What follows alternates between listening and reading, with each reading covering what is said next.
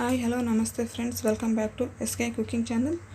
ನಾನಿವತ್ತು ತೋರಿಸ್ತಾ ಇರ್ತಕ್ಕಂಥ ರೆಸಿಪಿ ಒಂದು ಸ್ವೀಟ್ ರೆಸಿಪಿ ತೋರಿಸ್ತಾ ಇದ್ದೀನಿ. ಚಪಾತಿಯಿಂದ ಯಾವ ಥರ ಮಾಡ್ಕೋಬೋದಂತ. ಅದನ್ನು ಏನಂತಾರೆ ಅಂದರೆ ನಮ್ಮ ಕಡೆ ಎಲ್ಲ ಮಡಿಗಡುಬು ಅಂತಾರಲ್ವ, ಅದು ತುಂಬ ಟೇಸ್ಟಿಯಾಗಿರುತ್ತೆ. ಚಪಾತಿ ಹಿಟ್ಟು ಜಾಸ್ತಿ ಉಳಿದಿದೆ ಅಂದರೆ ಈ ಥರನೂ ಮಾಡ್ಕೋಬೋದು. ಇನ್ನೂ ನನ್ನ ಚಾನಲ್ ಯಾರೆಲ್ಲ ಸಬ್ಸ್ಕ್ರೈಬ್ ಮಾಡಿದೆ ನೋಡ್ತಾ ಇದ್ದರೆ ಪ್ಲೀಸ್ ಸಬ್ಸ್ಕ್ರೈಬ್ ಮಾಡ್ಕೊಳ್ಳಿ. ಬನ್ನಿ ಮಾಡೋದು ಹೇಗೆ ಅಂತ ನೋಡೋಣ. ನಾನು ಇಲ್ಲಿ ಬೆಳಿಗ್ಗೆ ಚಪಾತಿ ಮಾಡಿದ್ದೆ, ಅದರಲ್ಲಿ ಇನ್ನೂ ಇಷ್ಟೊಂದು ಹಿಟ್ಟು ಉಳಿದಿದೆ. ಇದರಿಂದ ಒಂದು ಸ್ವೀಟ್ ರೆಸಿಪಿ ಮಾಡೋಣ ಅಂತ, ನಿಮಗೂ ತೋರಿಸೋಣ ಅಂತ ಮಾಡ್ತಾಯಿದ್ದೀನಿ.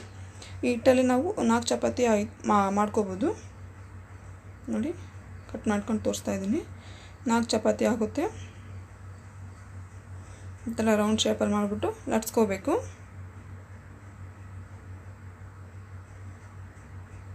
ಸೇಮ್ ಇದೇನು ಬೇರೆ ಲಟ್ಸ್ಕೊಳೋದೇನು ಬೇರೆ ಇರೋದಿಲ್ಲ. ಚಪಾತಿ ನಾವು ಯಾವ ಥರ ಲಟ್ಸ್ಕೊತೀವೋ ಅದೇ ಥರ ಲಟ್ಸ್ಕೋಬೋದು.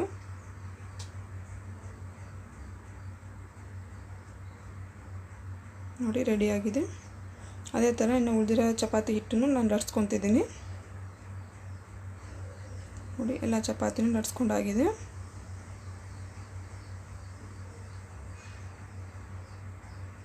ನೋಡಿ, ಎಲ್ಲ ಚಪಾತಿ ಲಟ್ಸ್ಕೊಂಡಿದ್ದೀನಿ. ಇವಾಗ ಒಂದೊಂದೇ ಹಂಚಿಟ್ಬಿಟ್ಟು ಹಂಚ ಮೇಲೆ ಬೇಯಿಸ್ಕೊಳ್ಳೋಣ.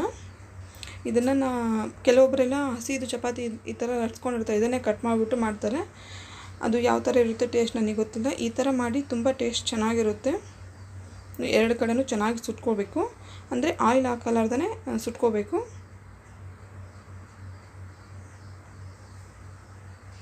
ನೋಡಿ, ನಾನು ಎಲ್ಲ ಚಪಾತಿನೂ ಸುಟ್ಕೊಂಡಿದ್ದೀನಿ. ಇವಾಗ ಇದನ್ನು ಚಿಕ್ಕದಾಗಿ ಪೀಸ್ ಮಾಡ್ಕೋಬೇಕು. ತೋರಿಸ್ತೀನಿ ನಾನು ಯಾವ ಥರ ಪೀಸ್ ಮಾಡ್ಕೋಬೇಕಂತ. ನೋಡಿ, ಈ ಥರ ಚಿಕ್ಕದಾಗಿ ಪೀಸ್ ಮಾಡಿಕೊಂಡ್ರೆ ಸಾಕು. ಯಾರಾದರೂ ಮನೆಗೆ ಗೆಸ್ಟ್ ಬಂದಾಗ ಈ ಥರ ಮಾಡಿಕೊಟ್ರೂ ಚೆನ್ನಾಗಿರುತ್ತೆ. ಇಲ್ಲ ಸಾಯಂಕಾಲ ಟೈಮ್ ಸ್ನ್ಯಾಕ್ಸ್ ಥರ ಕೊಡೋದಕ್ಕೂ ಚೆನ್ನಾಗಿರುತ್ತೆ. ಇವಾಗ ನಾನಿಲ್ಲಿ ಇದನ್ನು ಒಂದು ಬೇರೆ ಪಾತ್ರೆ ತೆಗೆದಿಟ್ಕೊಂಡಿದ್ದೀನಿ. ಇಲ್ಲಿ ನಾನು 4 ಚಪಾತಿಗೆ 1.5 ಕಪ್ಪಷ್ಟು ಬೆಲ್ಲ ತೊಗೊತಾ ಇದ್ದೀನಿ. ಇದು ಕರೆಕ್ಟಾಗಿದೆ ಮೆಜರ್ಮೆಂಟು. ನಿಮಗೆ ಸ್ವಲ್ಪ ಸ್ವೀಟ್ ಜಾಸ್ತಿ ಬೇಕನ್ನೋರು ಇನ್ನೊಂದು ಮುಕ್ಕಾಲು ಕಪ್ಪಷ್ಟು ಹಾಕ್ಕೋಬೋದು. ಇದು 1.5 ಕಪ್ಪು ಕರೆಕ್ಟ್ ಇದೆ ಮೆಜರ್ಮೆಂಟು. ಇವಾಗ ಇದಕ್ಕೆ ನಾನು 3 ಗ್ಲಾಸಷ್ಟು ನೀರು ಹಾಕ್ಕೊತಾ ಇದ್ದೀನಿ.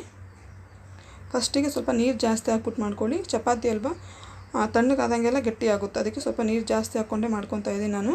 ನೀವು ನೀರು ಮಾಡುವಾಗ ನೀರು ಸ್ವಲ್ಪ ಜಾಸ್ತಿ ಹಾಕಿ ಇವಾಗ ಇದನ್ನು ಚೆನ್ನಾಗಿ ಕುದಿಯೋದಕ್ಕೆ ಬಿಡಬೇಕು. ನೋಡಿ, ಒಂದ್ಸಲ ಮಿಕ್ಸ್ ಮಾಡ್ಕೊಂಡ್ಬಿಟ್ಟು ಚೆನ್ನಾಗಿ ಬೆಲ್ಲ ಎಲ್ಲ ಫುಲ್ ನೀರಲ್ಲಿ ಕರಗಬೇಕು. ಕರಗಿದ ಮೇಲೆ 1-2 ಕುದಿಬೇಕು.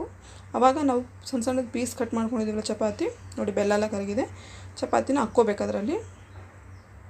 ನೋಡಿ, ತುಂಬ ಟೇಸ್ಟ್ ಚೆನ್ನಾಗಿರುತ್ತೆ. ನನ್ನ ಮಕ್ಕಳಿಗೆಲ್ಲಂದ್ರೂ ತುಂಬ ಇಷ್ಟ ಇದು ಮಡಿಗಡುಬು. ಇವಾಗ ಇದನ್ನು ಚೆನ್ನಾಗಿ ಕುದಿಯೋದಕ್ಕೆ ಬಿಡಬೇಕು. ಪಟ್ಟಂತ ಆಗಿಬಿಡುತ್ತೆ, ಜಾಸ್ತಿ ಟೈಮೇನು ಇಟ್ಕೊಳಲ್ಲ. ನೋಡಿ, ರೆಡಿಯಾಗಿದೆ. ತೋರಿಸ್ತೀನಿ ನಾನು ಇವಾಗ ನಿಮಗೆ. ಯಾವ ಥರ ಇದ್ದರೆ ನಾವು ಆಗಿದೆ ಅಂತ ಗೊತ್ತಾಗುತ್ತಂದರೆ ಸ್ವಲ್ಪ ಒಂದು ಚಪಾತಿ ತೊಗೊಂಡ್ಬಿಟ್ಟು ಸ್ವಲ್ಪ ಅದನ್ನು ಪ್ರೆಸ್ ಮಾಡಿದರೆ ಮೆತ್ತಗಾಗುತ್ತೆ. ನೋಡಿ, ಈ ಥರ ಇದ್ದರೆ ರೆಡಿಯಾಗಿದೆ ಅಂತ ಅರ್ಥ. ಇವಾಗ ಇದಕ್ಕೆ ನಾನು ಸ್ವಲ್ಪ ತುರಿದಿರ್ತಕ್ಕಂಥ ಕೊಬ್ಬರಿ, ತುಪ್ಪನೂ ಹಾಕ್ಕೋಬೋದು. ತುಪ್ಪನೂ ಚೆನ್ನಾಗಿರುತ್ತೆ. ಹಾಗೆ ಏಲಕ್ಕಿ ಪೌಡ್ರ್ ಹಾಕ್ಕೊತಾ ಇದ್ದೀನಿ ಮೇಲೆ. ಇದೆಲ್ಲ ಆದಮೇಲೆ ಇಳಿಸೋ ಟೈಮಲ್ಲಿ 2 ಸ್ಪೂನಷ್ಟು ತುಪ್ಪ ಹಾಕ್ಕೊಂಡ್ರೆ ಚೆನ್ನಾಗಿರುತ್ತೆ ಟೇಸ್ಟು. ನೋಡಿ, ಟೇಸ್ಟಿಯಾಗಿರ್ತಕ್ಕಂಥ ಮಡಿಗಡುಬು ರೆಡಿಯಾಗಿದೆ. ಶ್ರಾವಣ ಮಾಸದಲ್ಲಿ ಸ್ವೀಟ್ಗಳೆಲ್ಲ ಜಾಸ್ತಿ ಮಾಡ್ತೀವಲ್ವ, ಈ ಥರನೂ ಇದನ್ನು ಒಂದು ಸ್ವೀಟ್ ಮಾಡ್ಕೊತೀನಿ. ನಿಮಗೂ ಇಷ್ಟ ಆಗುತ್ತೆ. ಈ ವಿಡಿಯೋ ಇಷ್ಟ ಆದರೆ ಲೈಕ್ ಮಾಡಿ, ಹಾಗೆ ಶೇರ್ ಮಾಡಿ. ನೀವು ಮನೇಲಿ ಟ್ರೈ ಮಾಡಿ. ಇಷ್ಟ ಆದರೆ ಹೇಗಿದೆ ಅಂತ ನನಗೆ ಕಮೆಂಟ್ ಮಾಡಿ ಹೇಳಿ. ಪ್ಲೀಸ್ ಕಮೆಂಟ್ ಮಾಡೋದು ಮಾತ್ರ ಬರಿಬೇಡಿ. ಇನ್ನೂ ಯಾರೆಲ್ಲ ನನ್ನ ಚಾನಲ್ನ ಸಬ್ಸ್ಕ್ರೈಬ್ ಮಾಡದೆ ನೋಡ್ತಿದ್ರೆ ಪ್ಲೀಸ್ ಸಬ್ಸ್ಕ್ರೈಬ್ ಮಾಡ್ಕೊಳ್ಳಿ. ಹಾಗೆ ಪಕ್ಕದಲ್ಲಿರ್ತಕ್ಕಂಥ ಬೆಲ್ ಬಟನ್ನ ಪ್ರೆಸ್ ಮಾಡಿದ್ರೆ ನಾನು ಯಾವುದೇ ವೀಡಿಯೋ ಹಾಕಿದ್ರೆ ನಿಮಗೆ ನೋಟಿಫಿಕೇಷನ್ ಬರುತ್ತೆ. ಮತ್ತೆ ಮುಂದಿನ ವೀಡಿಯೋದಾಗ ಸಿಗೋಣ. ಅಲ್ಲಿವರೆಗೂ ನಮಸ್ಕಾರ ಫ್ರೆಂಡ್ಸ್, ಬಾಯ್.